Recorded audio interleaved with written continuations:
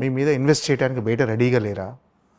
అంటే మీరు ఎందుకు ప్రొడ్యూసర్గా మారాల్సి వచ్చింది ఖచ్చితంగా? అంటే ఈ ఇంట్లో సపోర్ట్ ఉందా? డెఫినెట్గా గీత గారు రిస్క్ చేస్తున్నామేమో అనే ఎక్కడ?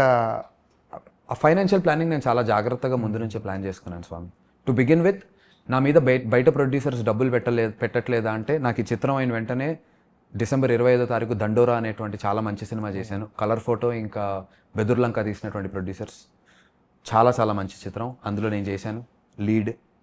ఆ తర్వాత Feb 14th అగ్లీ స్టోరీ అని వస్తుంది. బెక్కం వేణుగోపాల్, రాజ్ గారు వీళ్ళు కలిసి నిర్మాతలుగా చేసినటువంటి చిత్రం, అది విడుదలవుతోంది.